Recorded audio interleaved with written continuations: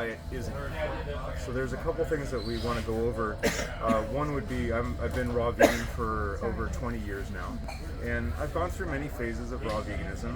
One is that the idea of food was extremely important to me in the very beginning, and then it became kind of an obsession. That's known as orthorexia. Orthorexia is the name of it. It's another word, and it just means that you're kind of obsessed with food. You only want organic. You only want raw vegan. You want the best food possible. All your friends have to be vegan. You lose connections. You lose family. You become isolated. You find yourself eating alone a lot of the time. And that can be very, very difficult to commit to your own beliefs when you're not supported in that way, right? So what we're going to talk about today is kind of the philosophy of raw food and what it can bring to your life, and then how you can incorporate it into a larger picture. And so, Nicolette, you want to introduce yourself? Yeah. So, hello. I'm going to be speaking side by side with Chef Ocean. So, my name is Nicolette, also known as Nictricious on Instagram. I am a nutritional health coach and educator from the Detroit area. And I am a high raw vegan for over 2.5 years, and I've been vegan for 7 plus years. So, at what point did you kind of start noticing the difference?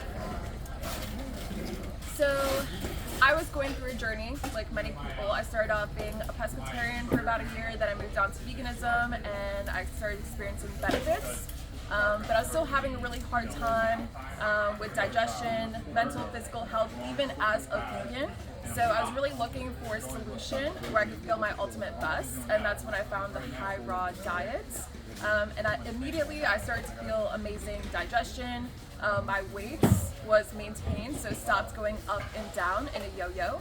And I felt a skyrocket of energy. I eliminated all my cravings for processed foods permanently, which I never thought was possible.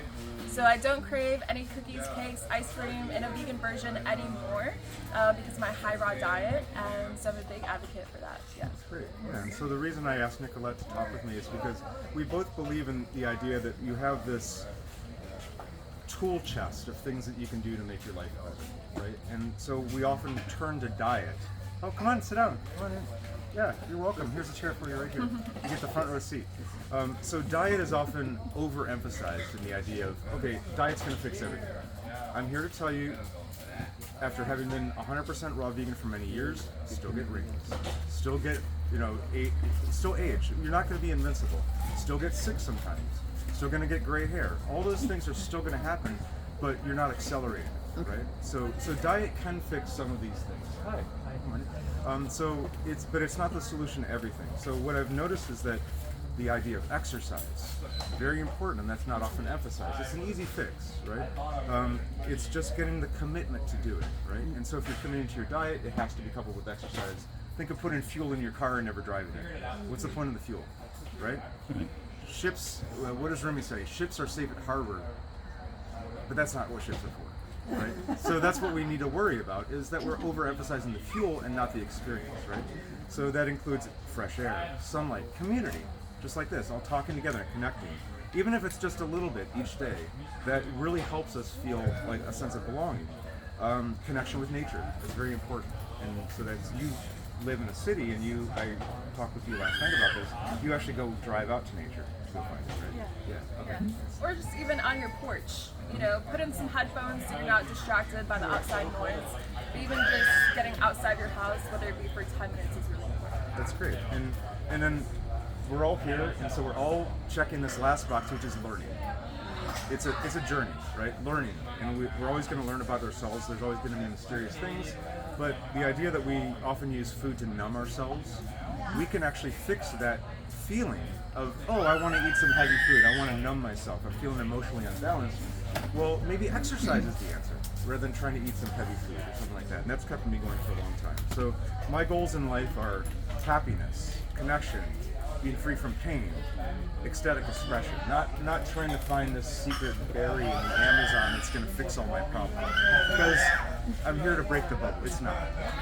There's nothing that's going to fix all your problems except you and your approach to your entire life rather than just diet. So what I like to think of as our relationship to our higher self. So this is the idea, and So I called it Zen and the Art of Raw Veganism is because we have this higher self that's free from stress, that knows everything, right? It's already connected. We reach that higher self through progress and repetition.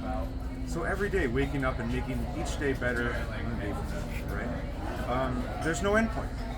There's no finish line. There's no Gatorade waiting for you at the end, right? We just run out of time. That's all it is. We just run out of time. So how we make the best use of our time, living pain-free is one of those fantastic goals. Hi, Chantal. And enjoying every moment and promoting love. So that's what I'm here to mention is that let's take a moment to look around us and think, what motivates these trees? What motivates the birds? What motivates flowers? And if you really think about it and meditate it, they all love. That's what we're seeing all around us, right? Is these things love. And we're seeing flowers, they love, and that's their expression of it. So we can aim to be in that. We can aim to be expressions of love. And that means that our goal isn't to have a great diet, isn't to have a great body, it's how we treat other people, how we love. That's really what fulfills us. And so our expressions of love can be all kinds of things. So, all right, let's hear your thoughts on that. Yeah, so I love everything that Chef Ocean says. I agree that food really is an energy exchange, and it can help us feel gratitude, right? If you're looking at the colors of your food, it's very colorful, it's very vibrant, it makes us feel happy. It can make us feel nourished, right? Energetic, alive, healthy, confident, right? Confident in ourselves that we're able to choose ourselves by choosing a healthy meal, right? It feels really good when we're choosing something that makes us feel good and is good for us in the long term. But it's not the end all be all. It's not going to solve everything, right? So half of it is diets and the other half is really mindsets, right? So you have to look at it as a lifestyle instead of just a diet.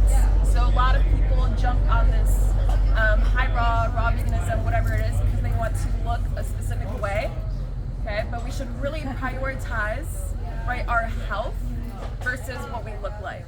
Because when we're prioritizing our health, right, everything else is going to fall into place, but we have to give it time. You know, so our society is really obsessed with quick fixes. Okay, so we look at quick fixes, especially like weight loss, whether it be weight loss drugs like Ozempic, okay, weight loss supplements, fad diets, right? But yeah, prioritizing our health in the long term is really going to give us the best results possible. No quick fixes. No quick fixes. Yeah. Excellent. All right, so let's talk about the practice of raw vegan, right? So maybe we come up with another name for it. Let's say that we want to self-love, right? And this is a tool that we use to self-love, right? So as I talked about, everything around us is practicing love, but you will never find a tree or an animal that destroys itself. That's against nature. We're one of the few animals that does that. We have this self-destructive nature. It's a mystery. I don't have an answer as to why we do that, but what we can do is practice self-love, and one of them is to say, let's say, oh, my friend Chantal. Okay, so let's say you gave me a gift, which you did the other day, right? First thing I do is I take that gift and I throw it in a fire and I say, oh, you know what, I want to toast your gift for a little while. It looks better that way. She would feel heartbroken about this. Right? And there's no reason to throw something in a fire when it's a gift that's taken 9 months or longer to make, right? So let's talk about a coconut tree. Ronnie, do you know how long it takes to make a coconut? All right, does anyone know how long it makes to take a coconut? Oh, isn't it 9 months? Yeah, it's the same amount of time that it makes for us to make a baby. Yeah, so think of a coconut as the coconut tree's baby. It makes this for us, it's amazing for us, and it drops it, and the first thing we do is throw it on the fire, right? So does the coconut tree have feelings? I don't know, but I would feel pretty bad about that. So that's what we're really doing, is practicing self-love by saying this uncooked food is undamaged food, and we want to give ourselves the same love that the tree or the plant or the fruit is giving to us. We want to get 100% of that. And let that plant love you, right? So that's the idea. Is the self-love is also, you're not alone. Every plant around us that's edible wants us to love, to accept its love, and give the love back. So it's a symbiotic relationship. We have all kinds of different layers, so these cells, right now we have like mites all over our face and all kinds of bacteria in our stomach. We're not a single entity. We're made of billions and billions of separate organisms, and these separate organisms all do the same thing. They practice love. Right. We're just a collection of these organs and everything. So if we make them happy, they'll make us happy. So going to the root with this undamaged food. Cultural trends. I love that you talked about these cultural trends. So self-love is something that we helps us experience happiness, right? So if we're unhappy with ourselves, we often go to others and say, hey, fix me, right? And they'll give us drugs and things like that to, like you mentioned, Ozempic and things that are short-term fixes. But as we've found, there's issues with that in that, if let's say you stop taking the drug, right? You're just going to go right back to where you were. So this is more of a permanent fix, the idea of practicing self-love, living pain-free, and then the last thing I want to talk about before you give your take on this is empathy and compassion. If there's one takeaway that you have today, it's having empathy and compassion for yourself, for everyone around you, thinking, how would I feel if that were done to me, right? And so that's all part of this practicing self-love. Where does raw foods fit into it? It makes it easier. That's it. It just makes it easier. It's not the answer. You still have to practice self-love, but you being pain-free or you knowing that your diet is optimal for you helps you move past it. And now you can spend more of your time practicing empathy and compassion. So what are your thoughts? Yeah, so I love what you said. And just going back to the quick fixes, like for example, Ozempic, right? It doesn't magically burn the fat off of our body. So what it does is it kind of kills off like our receptors of hunger. So we're less hungry, and if we're eating too much, it makes us nauseous, right? So we're just, basically it's a drug that makes you eat less. And we're always bombarded with these messages in society that less is more, okay? If we eat less, we get more results. And I just want to emphasize that it's okay to want to look, right? To want to improve our appearance. That's okay, but we want to do it in a healthy way, okay? Not in a way that we're punishing our body. We really want to nourish ourselves, okay, for the long term. And longevity, that's what we're talking about. Longevity, yeah. So why would we want to live a long time? What's the point? Right? All right, yeah, let's hear it. Let's talk about it. Why would you want to live a long time? Enjoy the experience. For the experience, right? We're lucky to be here, right? Your kids, right? Don't they deserve to have someone who's playful? Kids right? and grandkids too. Yeah, and so I have a couple stepkids, and they love the fact that I can run faster than them, right? And they're like, how do you run so fast? And I was like, well, I've practiced a long time. There's a saying actually that said, a lot of parents said that they would die for their kids, but would we live for our children? Oh my God, that's fantastic. Right. Yes, That's a good one. And even if you don't have kids, pets. I have a couple bunny rabbits. In fact, I was just watching them. I watched them on my camera because they're at home hanging out in my garage. They're just as loving as anyone else. So if that's your excuse to stay around for a long time, is that your pets love you and you love them, your cats, your dogs, your iguanas, whatever it is. Like, if that keeps you going, they love you. Everything is a source of love. There's no, in my opinion, these animals that that we respect, and we're here because we have some level of empathy and compassion for animals, that's a source of love, right? And in my opinion, us eating animals or being cruel to animals or killing animals, this is going to be completely out of fashion in the next 100 years. In the same way that we've viewed other things such as enslaving each other, and now that's completely out of fashion. We're trying to fix it, right?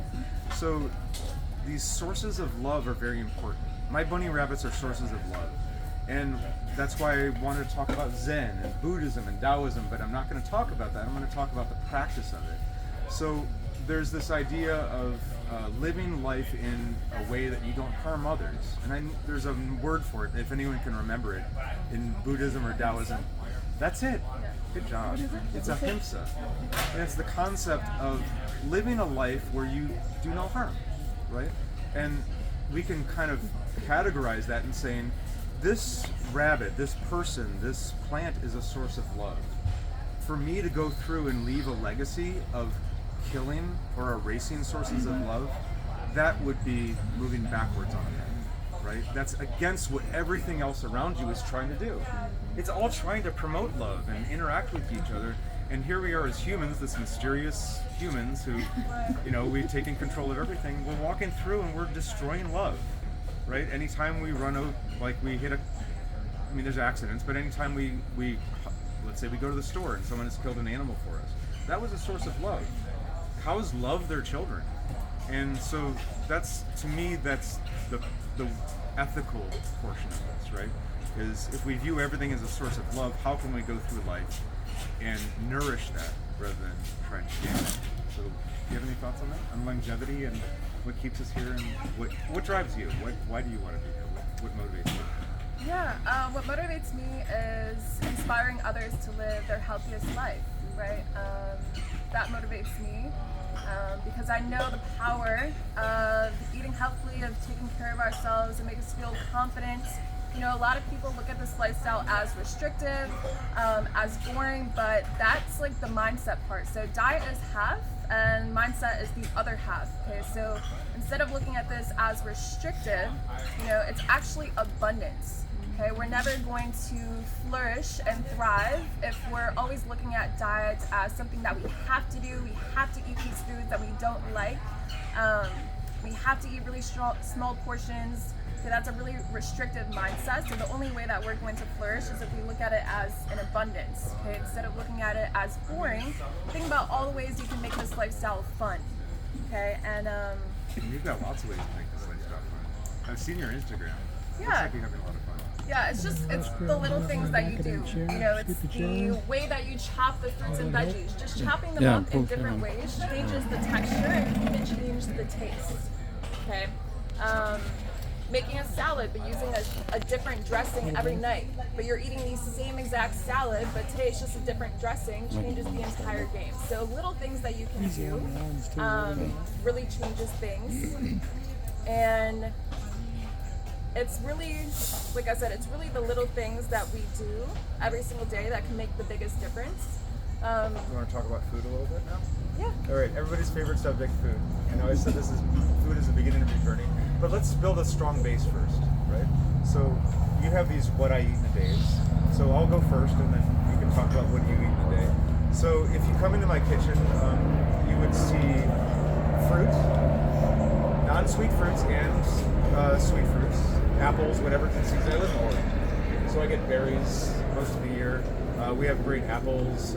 We have lots of different vegetables, zucchini. So let's play a little game. I'm going to name something and you tell me whether or not you think it's a fruit. All right, we'll start easy. Apple. Fruit. Okay, fruit. Let's see. Banana. All right, let's get a little harder. Coconut. No. It's a fruit. Yeah. It's known as a drupe. So let's go back. Let's make this game easier. All right. So the game will be easier if I tell you what a fruit actually is. A fruit is a flower that's been impregnated and we eat the ovary. And sometimes the trees put a little bit of fleshy things around it. Sometimes they put a hard shell around it, but that's a fruit. It's anything that starts off as a flower. So Ronnie, you've gone. I think you're fruitarian now, but I know you've gone through many phases of fruit, right? I'll still eat vegetables. Okay, so you eat vegetables. So fruitarianism is not just eating 100% fruit. And often people think, oh, I'll just eat bananas and oranges and grapefruit, or do watermelon island or mango island or whatever. That's great for the short term. It's not sustainable. I will tell you, you'll burn out on it, and for many different reasons. So non-sweet fruits is a basis of my diet. So let's play another little. Let's go a little. What is non-sweet? Non-sweet. Oh, excellent question. Thank you. So non-sweet fruits: zucchini, bell pepper, eggplant. Any of the gourds. Let's see, tomatoes, that's a really famous one. Cucumbers. So these are low glycemic, high fiber. Avocado, yes. All right, let's do it. What else is a fruit? Ackee? Okay. All right, let's hear some more fruits. Pumpkin. Olives, pumpkins. Squash. Peaches. Noni, yeah, that's the vomit fruit, which Chantel's a master at making cheese out of this noni fruit. All right, let's try, what about carrots? All right, I tried to trick you there. All right. Beets? No. All right, so those are all root vegetables. All right, so how about corn? No. I grew up in Ohio, so I know the answer to this one. Grain. It's a grain. Grain. Right. All right, anyone heard of a cornflower? No. Well, Well, we heard them. I think we have a corn. You have corn? Has Has a anyone grown straw- corn? yeah. No, okay. Yeah. Don't. So what We does have it start out as? Ornamental corn It starts as plant. a flower. Cornflowers are beautiful blue flowers, and then they get impregnated. We call it a grain culinarily, right? When we're in the kitchen, we call it a grain. It's a fruit. If you ask a botanist, corn is a fruit. corn is a fruit. Corn is a fruit, technically on a botany level. And I just got my certification in herbalism last year in a botany, and we played this game with my herbalism instructor. It's a fruit. It starts off with a flower. Oh, wow. Ronnie is made of flowers. And a little bit of vegetables. So anyone else tried a high fruit diet? She's made of flowers. Chantal, you're made of flowers. And look at them. They're the product of these flowers getting loaded by honeybees, right? And the birds and the bees, they have the flower gets pregnant, right? And it makes a big fruit, right? So let's see. How about garbanzo beans? Yes, because I think you told me before that legumes are. You cheated on me. Yeah, I coached some of the people. So garbanzo beans, any legumes. So culinarily, those are beans, right? Some of them can't be soaked and sprouted, but some of them can. So my favorites and what you'll find in my kitchen is lentils, garbanzo beans. I like mung beans a lot. It's all fruit, and I call this modern fruitarianism. So botanically, yes, they're fruits. Culinarily, no. If you go in and tell a chef, oh, you're making peas in your dish, and that's a fruitarian dish, they'll be like, get out, it's not bothering me. Go back to your table. And you'll also find root vegetables. I grate root vegetables. Sunchokes is one of my favorites. Carrots, beets, sea vegetables. Don't really like to flavor them, but who had the nori wraps last night? That's a fun way, right? You don't really taste the seaweed in it. Who had the black sauce? The special sauce?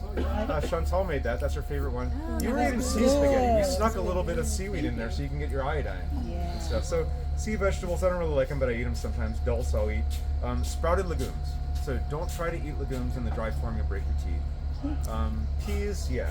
Garbanzo beans, soak them. Soak them overnight. So if you looked on my counter, you'd see soaked garbanzo beans, soaked lentils, soaked mung beans, soaked sunflower seeds. Sunflower, that's an easy one. What's a sunflower? Is a sunflower seed a fruit? Yeah, it's a sunflower, right? So it starts off as a fruit, as a flower, and you want to soak them overnight. The reason is they dry them to get to you, right? So we have this system that brings us all these things from all over the world. They don't want them to mold. They don't want to lose their money, right? So the idea is when you get the sunflower seed, soak it in water so it rehydrates, so it becomes no longer dormant. And most people think, oh, I'll just eat the sunflower seeds like they are and be real quick with it. The sunflower seed is actually the plant for the sunflower. If you want to make human food, let the plant love itself, right? Let's go back to the theme of love, which means it will digest all the fat and everything all the nutrients in the sunflower seed itself, and it'll make a little baby. So the sunflower seed will split out those first, called a dicotyledon in botany. It will actually make these green petals. So what you're seeing is the first two petals in a hard gray form. As it awakens, it will split off, and you'll see a little tiny tail coming off the little bottom. It's super cute. Now it's food for us. It's super high protein, much less fat. So if you can avoid eating these things dry in their dormant state, you're eating plant food. As soon as the plants eat their plant food, then it becomes human food. And it's very high in amino acids, which is a subject for another day. So I'm almost done. You can do what you eat today. Soaked nuts, I do them very sparingly, and we'll talk about kind of the phases of raw veganism that I've gone through, and we'll see. But my opinion on this is every tree that you see around you started off as a nut. That's a lot of energy, right? But every seed grows into a plant. So we're not that big, right? So should we eat something that's this energy of this giant tree, like an acorn or something? That's meant to be this towering thing, right? Very high energy. Eat them sparingly if you can, but if you can tolerate them, they're a great source of protein, but they do come with a lot of fat. So that's why you've seen in the dinners, I'm doing sprouted sunflower seeds. And we're not doing nuts here for two reasons. Nut allergies, right? And also because nuts are really heavy. We wouldn't be happy by day 5. And I get a little bit of bloodshot eyes, my liver gets stressed a little bit. And the liver has a lot of jobs to do, and one of them is digesting fat. So if you have this is the reason high-fat diets don't work for a lot of people, and work for some people, is if you give your liver a bunch of fat to digest, it can't do its other 300 jobs. So if you go down on the fat, in other words, not eating too much nut butter, not to say that you can't at any time, and if you binge on it, self-forgiveness, that's part of self-love, but your liver doesn't have time to do the other stuff. And sleep is important as well to do that. And the last thing I want to talk about is fermented foods. Drink a lot of kombucha, make salt-free sauerkraut, things like that. Fermented foods are very important because you want to make sure that you're making them and not buying them in the store. That's not harmful, but the main reason fermented foods are beneficial is because all these biomes in the air, these microorganisms in the air will help ferment the food, and that inoculates you and helps you become part of your environment. So if you have allergies to pollen, for instance, not giving medical advice here, but this would be an approach to it, is to say, I'm going to ferment some sauerkraut in my kitchen. And the pollen in the kitchen kind of goes and grows, and it's the same idea as like getting a little shot, right? Your body develops antibodies to these things, and then you can cope with your own environment better. If someone makes it for you in California or Hawaii or something like that, well, now you're inoculated against Hawaii. So congratulations, you won't get sick there. But wherever you live in North Carolina, like you live, you want the microorganisms for where you are. So that's why fermented foods, you should do them, and you can Google how to make sauerkraut and yogurt and kombucha all your own. So that's how I do it. That's what my kitchen looks like there. So let's talk about your kitchen. Okay, cool. Yeah, I just want to emphasize that we don't have the body or state of health that we do today because of an overnight decision, so we can't expect overnight success. Okay, it's a journey. So we have the health and body that we do today because of the little things that we did on a daily basis. So it's the little things that we do every single day that are going to get our desired results. Okay, so again, I just want to emphasize it's not a diet, it's going to be a lifestyle. As far as my diet goes, so I live a high raw life, so the majority of my calories come from fresh fruits and vegetables. So I consume a high carbohydrates, low fat diet. Okay, with a large majority of my calories coming from fruits, because all of our cells in our body, okay, run off of sugar. So glucose is our main form of energy. Okay, so a lot of our calories should be coming from fruits. I live in Michigan, okay, so the weather is kind of cold. And a lot of people think that they can't eat fresh fruits and vegetables because they're low quality, they don't taste really good. But with some tips and tricks, you can really make this lifestyle satisfying and satiating. So a couple tips and tricks that I like to use is I like to shop at multiple grocery stores, okay, because not one place is going to have everything that you want. Okay, visit your local farmers markets, okay, make friends with the farmers, okay, see who's organic. You can also buy frozen fruits because a lot of times they're picked at peaked ripeness. So sometimes the organic strawberries that are frozen are going to taste a lot better, okay, than the fresh strawberries. So you kind of have to learn. If any of you went to Jeanette Misfit Vegan's talk yesterday, she talked about how to pick out ripe fruits. Okay, so that's another key to success, is picking out fruit that actually tastes really good. Picking out fruit that's in season. Okay, so right now citrus is in season, especially where I live, so I'm doing lots of orange juice. Okay, so that's kind of my diet. So in the morning, I'm doing smoothies. Okay, smoothies are really, they're quick, they're easy. So a lot of people use the excuse of not having time to eat healthy, but a smoothie takes 5 minutes to make. And if you're using frozen fruit, it's already washed, it's already prepped for you. All you have to do is put it in the blender. You can take it with you on the go. Okay, so that's why I love smoothies. It's a really easy way to get your greens in. Okay, so you can put some Swiss chard. That's what I like to use, some rainbow Swiss chard. I like to use spinach, some celery in smoothies. Okay, you can use that. And then my lunch is also going to be a fruit meal. But again, you can make it fun. You don't have to make it boring. You can do mono meals. Okay, so that's a meal with just one single fruit. But you can also do like smoothies. You can do nice cream. You can do fruit cereals. Okay, so you can chop up whatever fruit that you like. And then for the milk, you can make like a banana milk with some bananas. You can even use frozen, a little bit of hemp seeds. Okay, chop up some dates for extra texture. So there's lots of different ways that you can make it fun. And then for dinner, I usually like to save savory for dinner because that works best for my digestion. So I like to have a lot of greens, savory foods. That's more of my high fat meal at dinner time. And like I said, I'm high raw. So the foods that I like to consume that are cooked are going to be things like roasted squash, air fried potatoes. Okay, so these are all really low-fat foods that are also healthy. So I found that some people who are really obsessed with eating healthily might feel like there's just one way. And so my belief is there's not just one size fits all. Okay, so if you want to eat healthy but you feel like you have to eat 100% raw, okay, that's not true.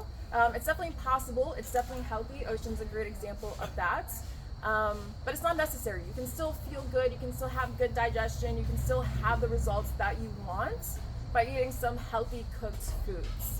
Okay, so fresh is always going to be best. It's always really good to be hydrated, okay, and have a fresh source of vitamins and minerals. But healthy food can also be some cooked food. So again, those staples for me are going to be potatoes, some squash, pumpkin, some rice here and there. Okay, you can do like gluten-free pasta if you want, okay? Because it's a lot better to eat healthy cooked foods rather than restricting yourself and then going back to eating junk food. Okay, so if you have to eat healthy cooked foods, okay, in order to get the results, then do that. Yeah, that's Yeah. great. Yeah. So, and the idea of like being dogmatic about it, no one ever wrote a raw food Bible. You know, I don't even. There's probably a book called that, right? So, actually, that reminded me of a joke. All right, so this is This is one of my dad jokes that I learned. And you know, when you become a dad, you suddenly get the cargo shorts and you start wearing white socks with sandals and all that stuff. But you get a whole bunch of dad jokes. So, what's the hardest part about being vegan? Waking up at 5 in the morning to milk the almonds. Or having to go to the bathroom every 30 minutes. I saw a bumper sticker one time that says, "I'm vegan and I poop 5 times a day." So why don't we use salt and oil and concentrated sugars here? In my opinion, I have a living vegan diet, and this is there's all kinds of different flavors of raw veganism or whatever. So the living food diet says don't use denatured things because they absorb too quickly. It's just as simple as that, you know. But again, if you want to use oils, I use olive oil every once in a while, a little drizzle of olive oil. There's no dogma here, and what happens if you get too dogmatic? You stop practicing self-love, right? And as you mentioned, you go back to eating these quick fixes and things like that. So it's always about forgiveness, right? So it's easier to make tomorrow better if today was kind of crappy, right? So if you have something that doesn't align with your beliefs and you start binging or doing whatever, anything that makes you feel bad about yourself, take some time before you go to sleep, forgive yourself, say tomorrow's going to be better. Now it's going to be easier to be better because I just don't do that I did today, right? That's all part of self-love. So, and you are going to miss salt if you cut out salt. I haven't eaten salt in 10 years, mostly due to high blood pressure. I worked with Giuliano's Raw. We did a lot of salt, and that became a habit for me. Was to use Himalayan salt and French sea salt, and spending $60 for a pound of salt and all these ridiculous things. Salt is one of those things that I'm just sensitive to, and so I am here to tell you that I do not need salt to add to my food because my food has all the salt it needs in it already. So sodium and potassium, they balance each other out. You think potassium is in bananas, well, potassium is in tomatoes. And so I did my research before this talk. I found out that the actual mechanism is that potassium helps you excrete sodium in your urine. So if you do have high blood pressure, rather than having to reduce your salt, which might make you sad because, oh, my food's all bland now, right? Just increase your potassium. It'll help you excrete it. It will lower your blood pressure at the same time. Eat some more tomatoes. I love sun-dried tomatoes. So if I was on an island with nothing, just one food, it would be tomatoes. So, and then we get this idea of our culture being obsessed with quick. We're gonna grab our coffee, go to Starbucks. Take some time, and this kind of ties in the idea of meditation, yoga. Take some time to think, question yourself, why am I doing this? Where am I going with this? What direction am I putting in my life if I'm going to do these quick things, right? And as you talked about, it's habits.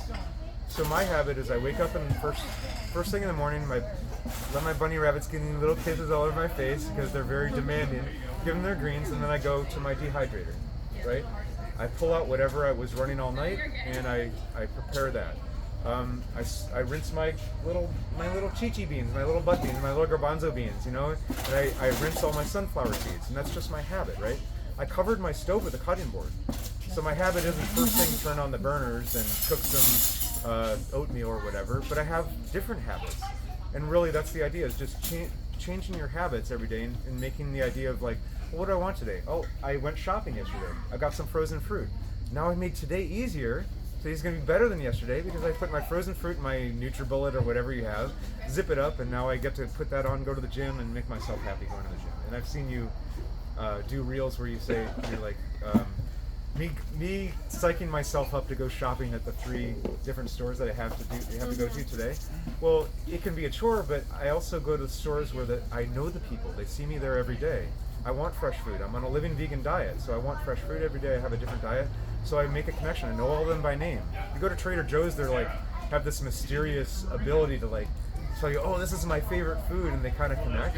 Like, build that rapport, you know? Become like, oh, you know, we got the usual here, your favorite smoothie bar, you know? So it's just these different habits. Rather than going to Starbucks, there's probably a Joe and the Juice next door. Just go to that one instead. Right. But it's okay. Go to Starbucks. If that makes you happy, go to Starbucks. It doesn't matter. It's just more about how do you treat people. What's your goal here? Happiness, right? If you start to feel painful, then maybe make today different, tomorrow different. That's it. That's all I need to worry about. Okay, so let's talk about. I want to do a Q&A at the end of this. Is anyone holding on to questions that are burning? Yeah. Like burning hot? Okay. Burning hot questions? Okay. I want to talk about. We've already talked about soaking. So I soak buckwheat. That's a big one. It's a complete protein. I started working out. Commitment to working out about a year ago. And as I was telling you yesterday, that was the missing link. I rock climb 2 days a week. I do hot yoga 2 days a week. I walk 4 miles a day on the day that I'm not running a 10K, and I do that twice a week. And then I do calisthenics. So I'm working on the rings. A year ago, I weighed 20 pounds more. My goal with my weight isn't to look better or anything, right? It's to feel better. To wake up in the morning and have knees that work and hips that work and not have this pain, and that's my goal. So if I wake up in the morning and I feel pain, I think, how can I work on this? That was the answer. Hot yoga, saunas, exercise. Walking burns better calories than running if you're trying to lose weight. It's a low impact exercise, and it will burn fat. Running burns sugar. So you have to run farther to start burning the fat. If you go low impact, so I have a nice little route, and I have friends that I walk with. So it's all about community, and it's about building these habits. But my goal was, what happens if I just don't pay attention to my weight, I throw away my scale, and I just commit myself to putting a little schedule on my phone, and it says, oh, I get to go to the gym today. Not like I have to go to the gym today. I'm gonna go to the gym today. And why did I change that mindset? I stopped lifting weights. They're super boring. I did them for 10 years. I thought they were awesome at first, going like this and going like this and this. They're amazing, but I just got burnt out. And so I stopped going to the gym, and I was like, I don't want to go today. Well, then I started doing calisthenics. I was like, let me see if I can do an L-sit. Let me work on my handstand. I'm not there yet. Chantal, you're working on your handstand, right? Working on doing 5 push-ups. You can do that in your house. Work on doing 10 push-ups. Do them on your knees. And suddenly I made all these new friends. So now we're on these Olympic rings and doing fun stuff like that. I actually look forward to working out. So working out doesn't mean traditional working out. It doesn't necessarily mean that. It can be just, just doing like this, like while you're watching TV. Like, it's okay, you don't have to be like in gym clothes or anything. See if you can do 10 squats. See if you can do them on one leg, right? Doing your pistol squats. Seeing if you can do like, I don't know, maybe your goal is to do 10 push-ups, do 10 pull-ups. All that is progress, right? That's what we're here to talk about. There is no finish line. We just run out of time. So just progress. Make tomorrow better than today. So if your diet is the way to make tomorrow better than today, that's great. But if you're done with your diet, if you feel good with your diet, move on. Learn how to play chess. Learn how to play an instrument, See if you can hug 10 people a day. I don't know. Like, here it's a lot easier, but out in the real world, it's not. So these are my daily habits: stretching and yoga. I soak and rinse when I first wake up. I gaze. That's really fun to do. Let's take 10 seconds and look at any of these trees behind you. Just like, let's do 10 seconds of silence, and I'll count. But just unfocus your eyes and look at it. Okay, here we go.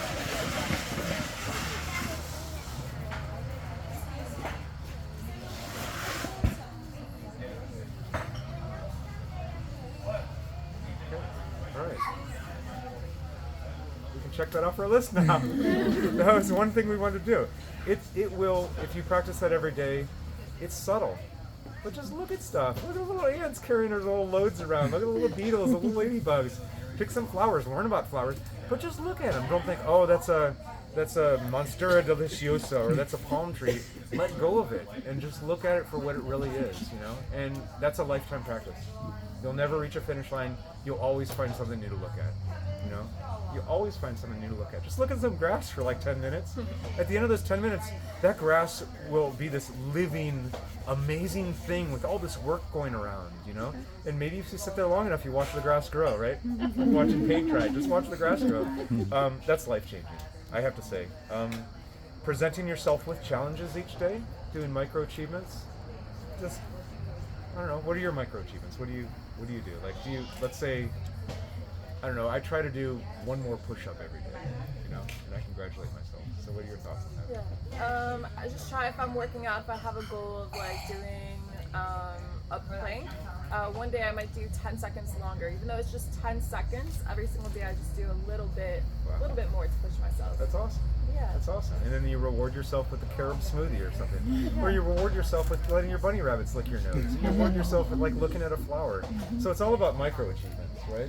You're like when you dig a tunnel with a spoon, every day you're gonna that tunnel will finally be built, but you just did it every day with a spoon. Maybe you never make the end of the tunnel, right? But that's just it is, these little micro achievements. I have a funny one. So I was watching this comedian, and he was talking about micro achievements and congratulating himself. And he said, I was asleep in bed and I found a new sleeping position that felt really good. And he woke up and he was like, I don't know what it was, like something like this. And he was like, oh man, this feels really good. And he woke up in the middle of the night, he's like, I think his name is Pete. He's like, Pete, you know, you're killing it, man. That was awesome. Good job. And then he went back to sleep. So if you invent a new sleeping position, like congratulate yourself. It's all about self-love. Okay, so let's talk. We got about 20 minutes left. We have maybe one more subject to talk about. We talked about daily habits. One thing we'll finish up with there is take some time at the end of your day and say, how do I feel? Right? Do the same thing in the morning. Say, how do I feel? What you did that previous day is going to manifest itself in how you feel about your day the next day. And let's talk about bigger picture too. Do you hate your job? Progress every day. Send out one resume, right? You want to change your career? Do you want to change your habits? Just make some progress every day. Make things achievable for yourself, right? So if you go on LinkedIn and you make one connection and you want to find a new job or you want to go to school, right? What's the first step of going to school? Maybe finding out which school you want to go to. You know, culinary school, herbalism school. Oh, it costs money. Okay, well, let me save $1 a day or $10 a day. Let me put aside a little fun.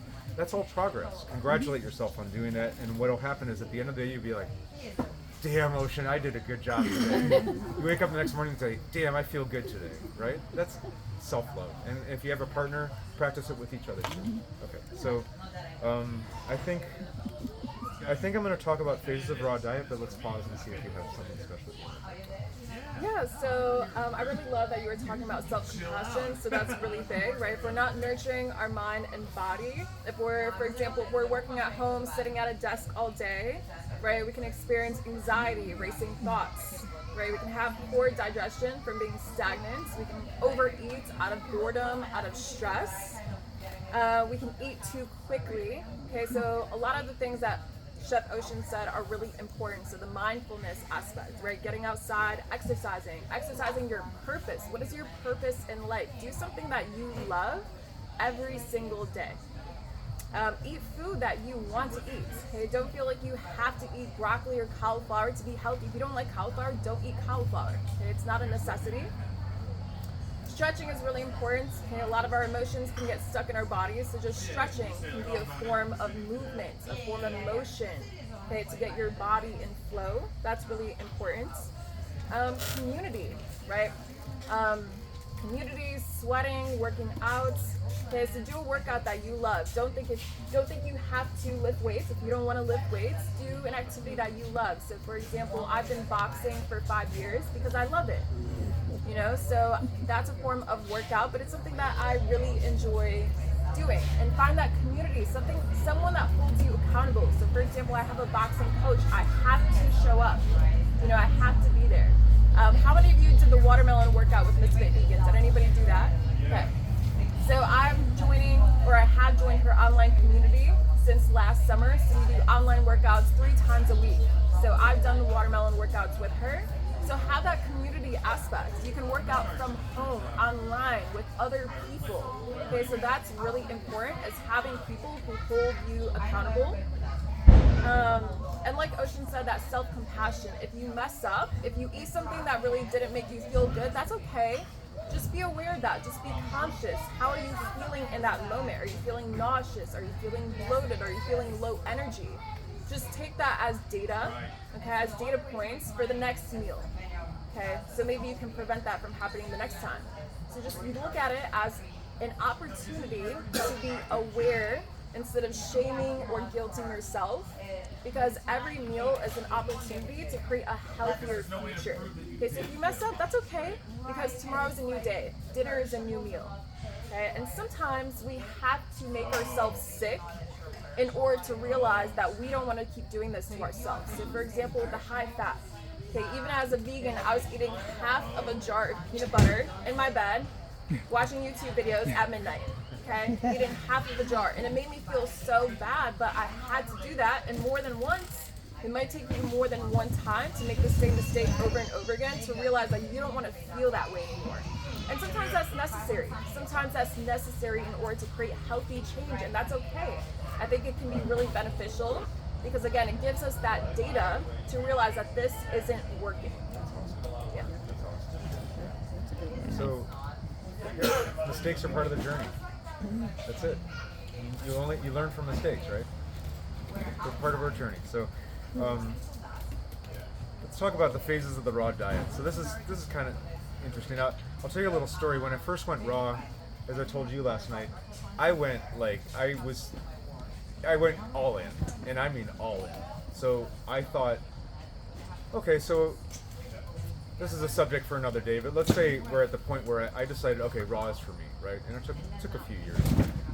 And I wanted to be 100% raw, which I've now sustained over a long period of time, but I've made mistakes over the course of it. So I put all my stuff in storage and started living outside. Because I was like, nature is like this most beautiful thing. I was living in a 600 acre nature reserve in Pittsburgh, Pennsylvania. I had a little community garden plot that I planted little yin yang wheatgrass and lentil sprouts and things. And it was one of the happiest times of my life, but here's why. I was in a band. I had a girlfriend. I had a kitchen that I volunteered at. I had a co-op that I volunteered at. I had a full-time job. They had a shower there. It wasn't just me living in the middle of this. It was actually snowed. I slept in the snow for 4 months. And that's also, I know there's going to be a question, how do you stay raw in winter? So we'll push that out. But the idea is that I went all in, and I didn't have a car. I rode my bike everywhere, lost a bunch of weight, lost 30 pounds, which I needed to lose because I needed to let it go, and then I built it back up, of course. But it was incredible how much I got, not obsessed, but my friends were like, that's super weird. Even my girlfriend was like, you sure you don't want to sleep inside? I actually got so accustomed to sleeping outside, I couldn't sleep inside anymore because it was too hot for me. So that was like the discovery phase and observing the healing effects, but that's called the elation over excitement, right? You go too far into it. And so I had to keep it a secret. I lived this double life where I actually hiked up into the woods each night after my job, took off my tie. Computer programmer is what I was doing at the time, and I still do. And then just lived this secret life in the woods where the deer were like coming by and nibbling on the bark around me and things like that. So then I went into this gourmet phase. So everything gourmet, right? And I've eaten at probably, I would say 70% of the raw food restaurants in the world, and that would be my destination. And I still do that for fun. I've been to Paris, England. I've eaten at raw food restaurants all over the U.S., LA especially. At the time, it was fantastic for me. It was a great experience for me, and I did really well on that. Lots of nuts, lots of salt, lots of oil. But if I tried to do that today, I'd get really sick. And I'll tell you why, is because it was bad food combining. We all hear about bad food combining. It's different for everyone. Don't worry about it too much. Your body will tell you. Why? You're going to fart all day. That's what's going to happen. You're getting this bloated belly, right? And it's okay. It's the mistake. It's a journey, right? So that phase of spending lots of money at these gourmet raw food restaurants, and then realizing at the other end of it, they're not here to make you better. They're here to sell food. right? So that's why I make almost 100% of my own food now, and I love making food for everyone here because now you get a chance to take a picture of the recipes. I have a recipe book on my website, rawvegan.love, which has all the recipes from this year and last year. It's very cheap. Email me first, I'll give you a discount code. I want everyone to have it, right? And if you can't afford it, I'll give it to you. So that's the idea, is that making your own food, you're pouring your own love with your family into your food. Now you've eliminated the fact that they're putting a lot of salt in it so they can sell you more drinks at these restaurants, right? They're putting more fat in it so you'll come back. They're making cashew cheesecake so you feel satiated.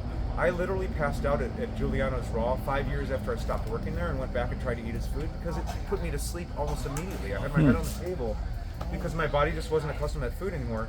But I was a different person than I was when I really enjoyed that food. So you have to go through being that person to become another person. And maybe you stay there for the rest of your life. It doesn't matter if you enjoy yourself, and remember, self-love, what makes you happy. If you want to eat gourmet food for the rest of your life and that's what makes you happy, that's your island. Stay there, invite people to come with you. Be happy there, right?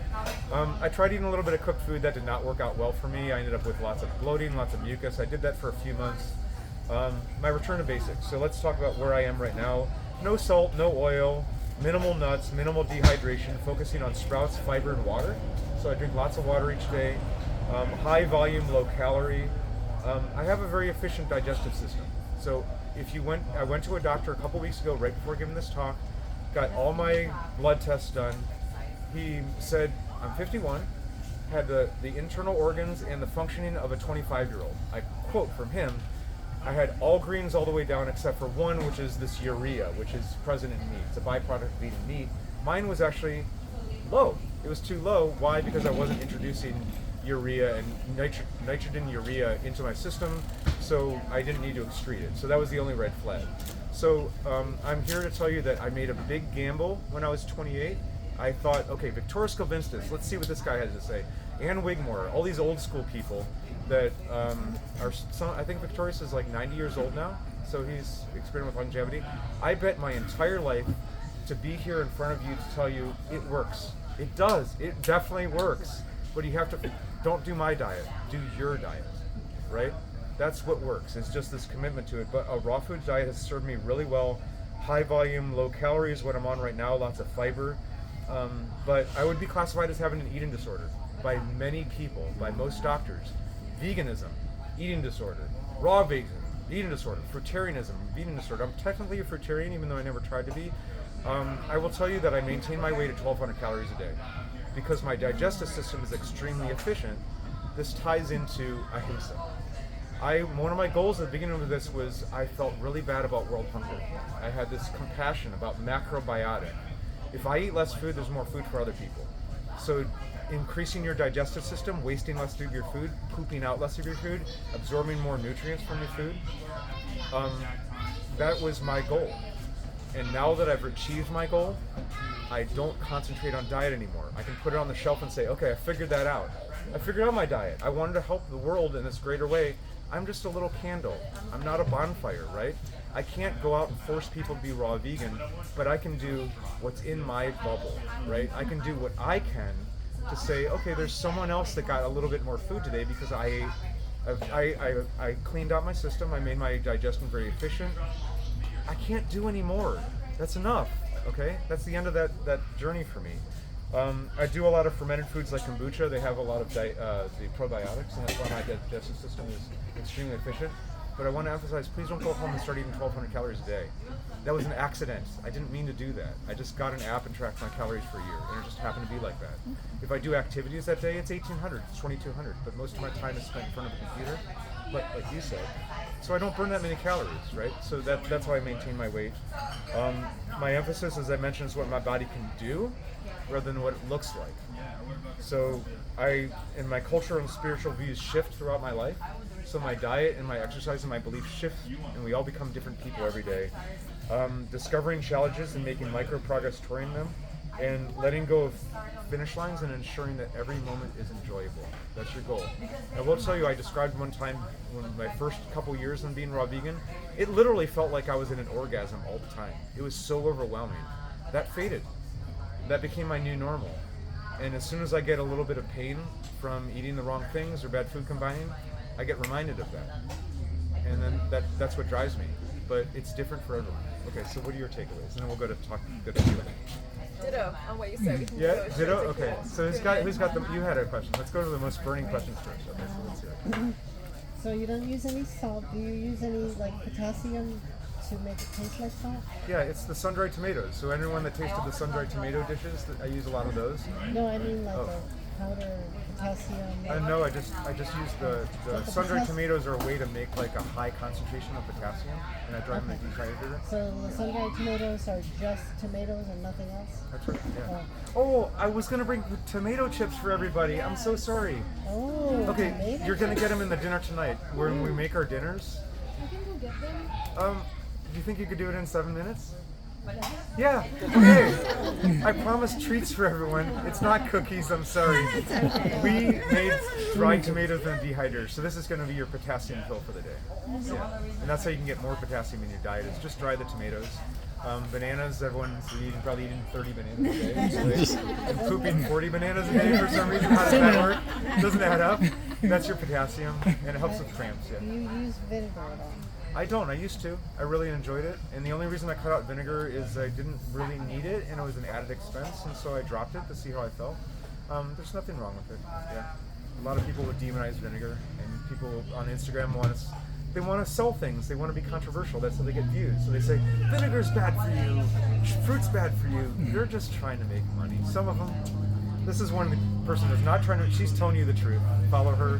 What is it, Nick? Nictricious. Nictricious, yes. T-R-I. It's kind of like nutritious, but Nick, N-I-C in the beginning. Yeah. Is it N-I-C-C or N-I-C? N-I-C.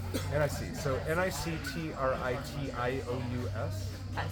2 S's. Okay, so you have to be careful who you pay attention to on Instagram. So, but my feeling is if you really want to solve the salt problem and understand your potassium, Western doctors are great for that. They'll give you a test and they'll answer your question. Are you low on potassium? Sure. Solve it their way, solve it your way, but yeah. Even dark leafy greens, Oh, I organic know. celery. Yeah, I get a lot of potassium. Does that help? Okay. Yeah. Yeah, because I don't do supplements. Yeah. I just eat whole foods. Yeah, I was wondering because a couple of mornings here I woke up with a lot of puffiness. Puffiness, yes. And I don't know if it was because I ate the durian, because it was high fat, Yeah. or if there was something in the food like a salt substitute, like We are potassium. zero salt here. Potassium actually helps you assimilate sodium. Yes. So, not a medical doctor, but I will tell you a few things that I've discovered about myself. If I eat late, I get puffiness in my eyes.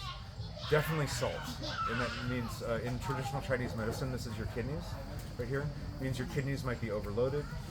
Drinking more water helps, but it's also a mystery to me. Sometimes I just wake up and I have puffiness, and that just happens sometimes. Maybe you didn't get enough sleep. It could also be salt in your system. Cycling through. Yeah, if you're eating high potassium, which is what my food is here, Yeah. then you're excreting salt that might be stored in your system, and now it's coming out. So that's what's called, don't like the term, but it's what's called like a healing crisis. Is what the typical That's health what I coaches call it. turned into. Yeah, and I don't have an answer as to why that happens. It's a mystery. But if you do solve it, email me because I have the same problem. Okay. Yeah, puffiness I'm in a the eye. geek when it comes to those things. So. But I will tell you, if I monofeed, which you mentioned, if I go on fruit for a day, don't go on fruit for a month, please. Don't go on fruit for a year. Don't do that. Sweet fruits, like, it's very popular. You do need a full spectrum of nutrition. You need all the colors. Eat by the rainbow. That's an Ayurvedic principle. But that does help sometimes to eat like watermelon for a day or drink cranberry juice for a day and help your kidneys. Yeah. And that might alleviate the symptoms. Cucumbers on the eyes. Give yourself a little Yeah. spa. I bought some cranberry juice powder That's perfect. to put in like smoothies. You get frozen cranberries. I don't want to take up all. No, anyone else have a burning question? Yeah, go ahead. So that you're talking about puffiness, I don't feel like I get puffy, but just there's like this darkness. Oh, the darkness, yeah. Yeah, again, you might start with some blood tests from a Western doctor and see if there's any nutrient deficiencies. And then your next part of your homework is to go on Google and Google whole foods that contain those nutrients that might help with it. But it might be iron deficiency, it might be something, but you can pinpoint it with the Western test. And then And it was, I feel like it started after going vegan, but I wasn't bothered. I see. Okay. Is anyone else worried about iron deficiencies? Yeah, I would start with the blood test. Yeah. Well, and I did find out it was iron. Iodine. Okay, so you know Don Bennett? Has anyone met Don Bennett? I have eaten on. Okay. I have eaten on. Yeah, he'll tell you how to get your iodine. Yeah, I hope you have a half hour free. He's very thorough. Yeah, I've been emailing with you for That's your answer right there. Yeah, Don. Yeah. Has he done his one-arm push-ups for you yet? Okay. Don's a monster. He's amazing. We can all aspire to be like Don. So, yeah. So iron. Does anybody have an idea of where iron can be found in natural whole foods? Spinach. Right. Raisins. What? Kale. Yeah. dried apricots and mulberries. Dried apricots and mulberries. Yeah. White mulberries have a And what was your answer? Even oranges have a little bit. Even They have a lot oranges, of yeah. calcium. Huh? Exactly. Yeah. So it's you can get this nutrition from raw food, but it comes down to assimilation also. You could be these pills that you're taking. They don't have any fiber in them, so you absorb them really quick and you pee them out, right? So anyone had that bright yellow pee from doing like nutritional yeast or things? Nutritional yeast is somewhat denatured and it has a lot of B vitamins in it. If you just do nutritional yeast, you'll get this like bright lime. Who's wearing a lime green shirt? Oh, it'll look like that color. And then, oh yeah, that's right, I did nutritional yeast. Also, sometimes you forget that you ate beets the day before and you have this like heart attack in the toilet. That's another joke. How do you know if someone's raw vegan? Oh, let's do two jokes. How do you know if someone's vegan? Don't worry, they'll tell you. How do you know if someone's raw vegan? No, that is an answer. Yeah, they will tell you, but they'll start talking about their bowel movements within 3 minutes of meeting you. So now we check that off our list. We just talked about bowel movements twice. But my favorite tool has been Google, and I only read things that are on the peer-reviewed studies. I think it's nifh.gov or something like that. If it has a .gov after it, it's a peer-reviewed study. People say, oh, those are done by corporations and things like that. So read 7 or 8 of them and find out what the potassium sources. We'll tell you a quick story. I had H. pylori infection, which was, everyone has it. We all have it. It's in your stomach. It burrows in your stomach. It's not really that harmful, but over a long period of time, it can cause issues because it uses some of your blood to survive. And it's usually just infected by eating dirty food or something like that. We all have it, just like we all have candida, and we just control it. And I did a little experiment. I did a test. I had H. pylori. Normally, the raw food vegan answer to that would be do a juice cleanse, do a fast, right? I hate doing fasts. I've done enough of them. Like, please, I like food. So I found out that oregano oil and MCT oil are effective against that. Clove oil, black cumin seed oil. So I made these little capsules, veggie capsules, and I put like a drop in there, mixed it with olive oil because they're actually very potent. 2 weeks of that every morning with my cranberry juice, and then tested again. I tested it myself at home with the Amazon, which is only 99% effective, then went to a doctor, and I had 0, which is very unusual. So, but I was religious about it. Not religious, but I was dogmatic about it. So I did it every day, and that was part of my morning routine. But I didn't do it for the rest of my life, just did it for 2 weeks, and that's what I'm here to tell you is, we all go through phases, but going in, when it no longer serves you, let it go. That's it. So when cooked food no longer serves you, let it go. If it continues serving you, keep it. If eating 20 bananas a day no longer serves you, let it go. If it continues to serve you, keep it. So those are my takeaways. Is we are evolving beings, right? We're the tree that grows every day. What's good for you yesterday isn't the same for what's good for you today, or it might be. What's good for you tomorrow isn't the same as or it might be. So that's the mystery of life. That's the journey that we're all on. Yes. What would you recommend for like a natural liver cleanse? Natural liver cleanse is boosting your liver health. So you could visit an herbalist, and there's many, many herbs that assist your liver. Leafy greens are excellent for your liver because they help cool it. And that is actually a good point. I'm glad you brought that up. So what you don't do for your liver is more important than what you do for your liver. Okay. And if my kids were here, they'd say, "Ha, you said doo-doo." So what you do so your liver, to promote it, isn't quite as important because your liver will heal itself to a certain point, right? As I said, we're not invincible. You'll still get gray hair, you'll still age, you'll still get wrinkles, you'll still have pains, you'll still die, unfortunately. We don't live forever on this. But you can you can help your liver by I use dandelion root. And yes, I make teas. I'm raw vegan. I still consider teas because they're very low protein. I'm fine with them. It's not dogma. It's how you feel at the end of the day. So I do dandelion root tea, red clover to help cleanse the blood. And so teas and tinctures are excellent for that. and I would rely on the world of herbalism and plants to understand that. But what you don't do is don't drink. Don't drink alcohol. If you do drink alcohol in moderation, you'll eventually let go of it, probably. It's a poison. It's not practicing self-love, but it's okay if you're able to deal with small amounts of alcohol. No one's here to judge you. If that still serves you, but check in to see if it's still serving you every day. Smoking. I smoked marijuana heavily. I was known as a very, very heavy smoker for 20 years. It served me up to a point because I was doing it for emotional reasons, and it stopped serving me. I graduated from marijuana school, and some people never graduate, right? Some people take one puff and say that's not for me. It was damaging my liver, and my life changed after I let it go. But it took me a long time to let it go. So those type of things are damaging the liver. And high fat, you said. High fat stresses my liver. Stresses the liver. Yeah, and sometimes I eat an avocado a week. Sometimes I enjoy a nut milk. But if it stops tasting good, I stop eating it. So if you have 4 avocados in a single sitting, stop after each avocado and just sit with yourself. Be like, you know what? Do I want another one, or am I just bored? Right? And if you're bored, go talk to someone. Go get a hug. Sometimes we do emotional eating, which is another subject for maybe next year, right? So we're probably pretty close to out of time. Is there maybe one more question? Everybody happy? Oh, go ahead. We'll do 2. So Caitlin has one. You go first. I was just going to ask about your no-salt sauerkraut. Yeah. Do you use kombucha as a starter, or how do you use Actually, I just do the sauerkraut and I pound it really well. And there's Raw Chef Yin. That's an Instagram account. So anyone on Instagram here? Okay, good.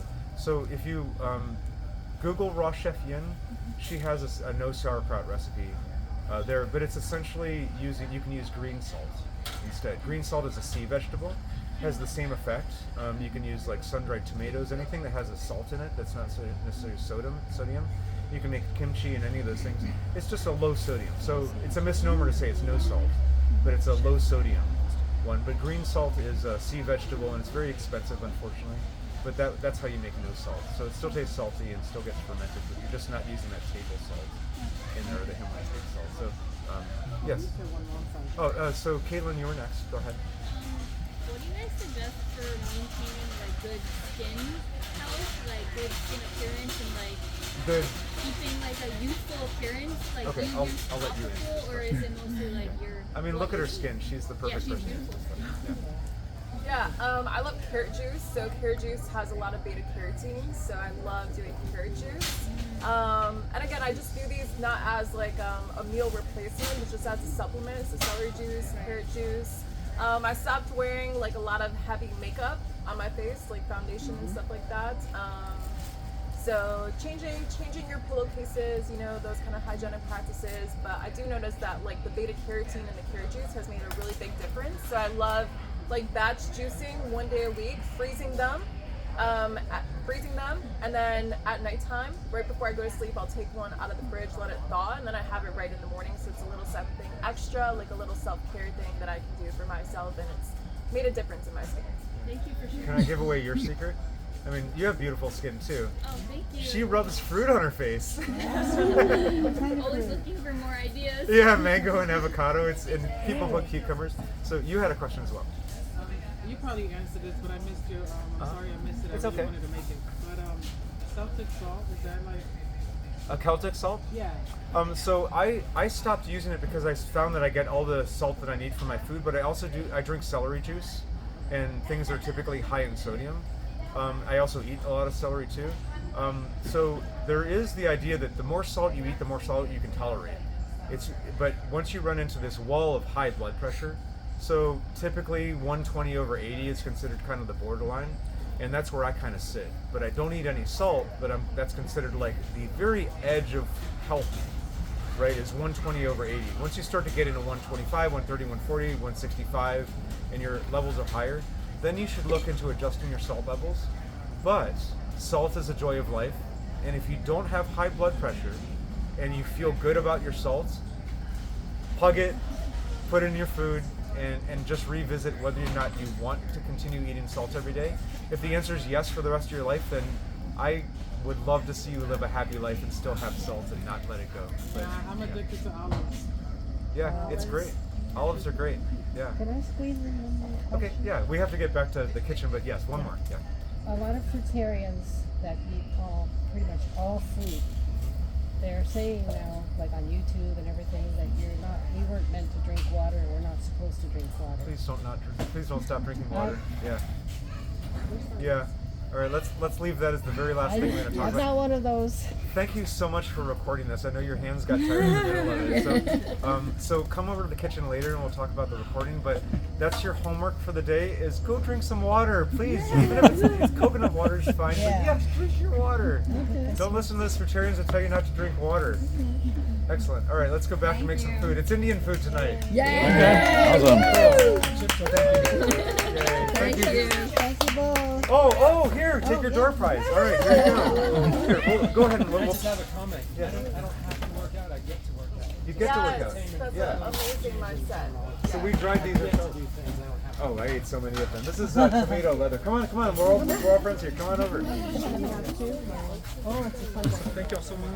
No, I don't do printed books. Yeah, so if you go, rawvegan.org is my website, and you can send me a message. Can I get more for my mom? Most likely be Can I get more for my mom? That's fine. Mommy. Oh, that was